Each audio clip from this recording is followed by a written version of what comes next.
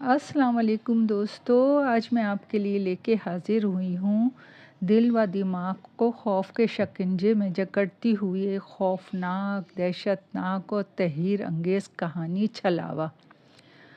मैं भगवान का शुक्र अदा करूँगी कि अगर आज अपने घर बाहिफ़ाज़त पहुँच सकी तो शांति के लहजे में खौफ समाया हुआ था। सुना है कि अमावस की रात खौफ, खून आशाम बदरूहें और आत्माएँ इंसानों को परेशान करती हैं। इस वक्त रात के तकरीबन 12 बजने वाले थे और हम सब बैंक में बैठे अपना काम को मुकम्मल कर रहे थे। बैंक की मुलाज़मत में पुरकशिश, मुशाहरा और दीगर मराद के साथ साथ एक ये भी प्रॉब्लम है, जब तक काम ख़त्म नहीं होता, तमाम स्टेटमेंट्स मुकम्मल ना हो जाएं, हम घर नहीं जा सकते। और ये तो साल का आखिरी दिन था और हम तमाम रजिस्टर को मुकम्मल करना था। हर कोई अपने काम में मगन था। यूं भी बैंक की इस ब्रांच में मेरा पहला माह था। कुछ दिन पहले ही मेरा इस ब्रांच में ट्रांसफ़र हुआ था। इससे पहले मैं इस बैंक की एक छोटे से शहर की छोटी सी ब्रांच में बड़ी तगदौर के बाद जॉब हासिल में कामयाब हुआ था। वहाँ तकरीबन 1 साल तक काम करने के बाद मेरी किस्मत ने यावरी की और मुझे इस बड़े शहर की एक मसरूफ़ ब्रांच में तैनात कर दिया गया। लिहाजा अब मैं सबको अपनी कारकर्दगी से मुतासिर करने की कोशिश में था। इसी बैंक में मेरी मुलाकात शांति से हुई। जदीद तर्ज और ख़राश का लिबास, कंधों तक कटे हुए रेशमी बाल, धमकते गाल, खड़ी नाक और भरा भरा जिस्म। जब कभी वो उठकर मेरी मेज़ की तरफ आती तो मेरा दिल उछल कूद मचा देता था। शांति को इस ब्रांच में तकरीबन 6 माह हो गए थे, लेकिन हर एक के साथ इसकी बेतकल्लुफ़ यूँ थी जैसे वो सबको बरसों से जानती हो। काम मुकम्मल हो चुका था और अब सब लोग अपने अपने घरों को जाने की सोचते हुए चाय पी रहे थे। हल्की फुल्की गुफ्तगू जारी थी जब शांति ने एकदम अपने खौफ का इजहार कर दिया। मेरा ख्याल है अब हमें थोड़ी देर ताज़ा हवा में बैठना चाहिए। मैंने तजवीज़ दी। शांति तिनक कर बोली, तुम्हारा दिमाग तो ठीक है ना? इस वक्त जब आधी रात गुजर चुकी है, वो मुझे बुरी तरह घूर रही थी। तुम शायद नहीं जानते हो, मुझे हमेशा से अमावस की रात में बहुत डर लगता है। मैं तो सोच रही हूँ कि घर कैसे पहुँचूँगी। मुझे इसकी आंखों में खौफ के साए लहराते हुए महसूस हुए। तुम्हारा मतलब है इस अंधेरी रात में ड्राइविंग करना ख़तरनाक हो सकता है? मैंने पूछा। भूत, परीत, चुड़ैल, छलावे, शांति ने इस कदर खौफज़दा लहजे में कहा कि मैं बेख्तियार कहका लगा के हंस पड़ा।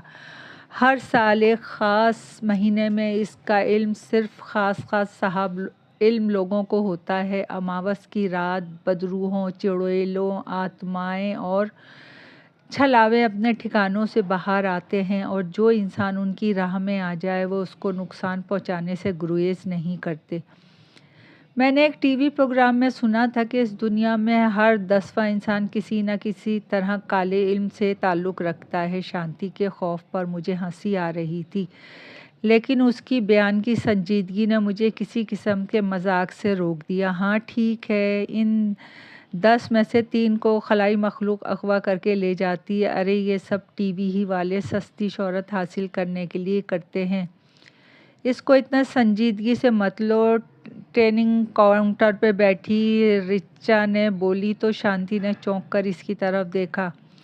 आत्माएं, चुड़ैलें और शैतान के पैरोकार अपना जश्न पहले से मुकर्रर वक्त पे मनाते हैं, जहां वो मासूम लोगों को कुर्बान करते हैं और उनको शैतान के सामने भेंट चढ़ाने से पहले इस पर तशद्दुद करते हैं। शांति ने पहले से ज़्यादा खौफज़दा लहजे में कहा तो मुझे इसकी बात पर हैरत होने के साथ साथ गुस्सा भी आने लगा।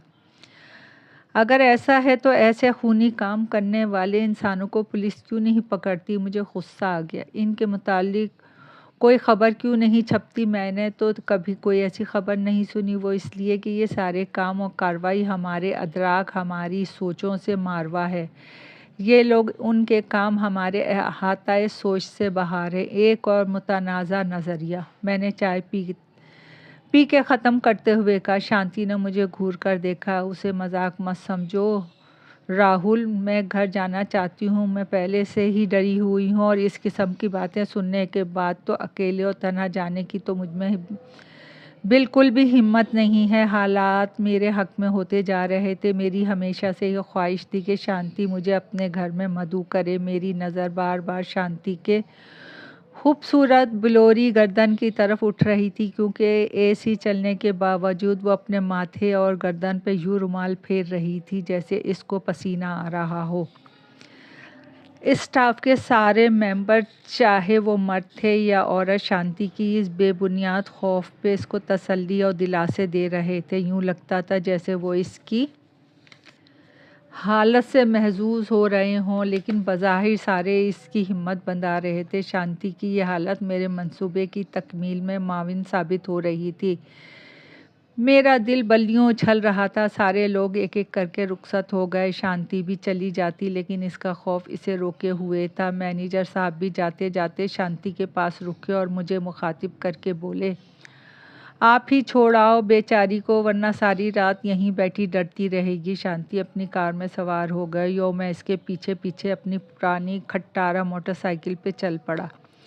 शांति ने बताया था कि इसका एक छोटा सा फार्म हाउस है जो जनूबी अफ्रीका में रहने वाले इसके ताया ने इसे गिफ्ट किया था। फार्म हाउस चारों तरफ से दरख्तों से घिरा हुआ है और शहर से बाहर है। चंद मील के फासले पर था। वहाँ तक एक कच्ची सड़क जाती थी। मेरे साथ घर तक आने का शुक्रिया, शांति ने बैरूनी दरवाज़ा का ताला खोलते हुए कहा। क्या अंदर आने के लिए नहीं कहोगी? मेरी नज़रें बार बार इसकी गर्दन की तरफ उठ रही थी। मैं समझ रहा था कि आज मेरी दिली मुराद पूरी हो सकती है। शांति ने मुस्कुरा के मेरी तरफ देखा और फिर बोली, क्यों नहीं, मैं इतनी मेहमान नवाजी ज़रूर जानती हूँ। हम दोनों अंदर दाखिल हो गए। शांति मेरे पीछे थी। बिजली के बटन कमरे के दूसरी तरफ थे। राहुल, क्या तुम ज़हमत करोगे? मैं अंधेरे कमरे में आगे बढ़ा। बाहर से आती हल्की रोशनी में चीज़ों के सिर्फ साए लहराते नज़र आ रहे थे। कमरे के अंदर फर्नीचर ज़्यादा महसूस नहीं हो रहा था। यूं लगता था जैसे सारा फर्नीचर दीवारों के साथ लगा हुआ हो। मुझे ना जाने क्यों खौफ सा महसूस होने लगा। डरपोक शांति यहाँ कैसे रहती है? मेरे जहन में सवाल उभरा। चीज़ों के साए अपनी शक्ल बदलते हुए महसूस हो रहे थे, लेकिन मैं शांति को इसके घर तक पहुँचाने में कामयाब हो गया था। यही बात मेरे लिए इत्मीनान का बाइस थी। मैं टटोल के दीवार तक पहुंचा और बिजली का बटन दबा दिया। रोशनी होते ही मेरे आंखों के सामने अंधेरा छाने लगा। मैं भौंचक्का रह गया। दर्जन भर लोग दायरा बना के मेरे गिर्द खड़े थे। उनके सर झुके हुए थे और वो लंबे सिया लिबादों में मलबूस थे। उनके हाथों में हथौड़े थे। दीवारों पे शैतानी तस्वीरें आवेजा थीं। उन्होंने बेग जंबिश अपने हथौड़े बुलंद किए और मेरी तरफ बढ़ने लगे। मेरा खून खुश्क हो गया। खौफ की एक सख्त लहर मेरे पूरे जिस्म में दौड़ गई। मुझे तो फ़ौरन ही शांति के लिए ख़तरा महसूस हुआ। यूं लगा जैसे हम दोनों फंस गए हैं। और रास्ता तो खैरियत से गुजर गया, लेकिन मंजिल पर पहुंच के हम काबू आ गए थे। मैंने कनखियों से शांति की तरफ देखा और उल्टे पांव चलता हुआ इन सिया लिबादे पोश से दूर हटने लगा। शांति ने इत्मीनान से मेरी तरफ देखा, आगे बढ़ी और मेरा चेहरा अपने दोनों हाथों में ले लिया। अब तुमको आत्माओं, बदरूहों और छलाओं पे यकीन आ गया होगा। शांति का चेहरा एकदम करियत आमेज हो गया। अमावस की रात में बदरूहों का जश्न होता है राहुल, अब तुमको यकीन आ जाना चाहिए। शांति ने एक मकरू कहका लगाया और फिर बुलंद होते हुए हथौड़े के नीचे आने से पहले इसने अपने लंबे नाखून और नोकीले दांत मेरी गर्दन में गाड़ दिए। मैं पूरी तरह से चीख भी ना सका, लेकिन अपनी आंखों के सामने तारीखी छाने से पहले मैंने शांति के दांतों से खून टपकता हुआ ज़रूर देखा था। वो एक छलावे के दांत थे। दोस्तों, कहानी पसंद आई हो तो लाइक और सब्सक्राइब कीजिएगा। आपकी दुआओं की तलबगार।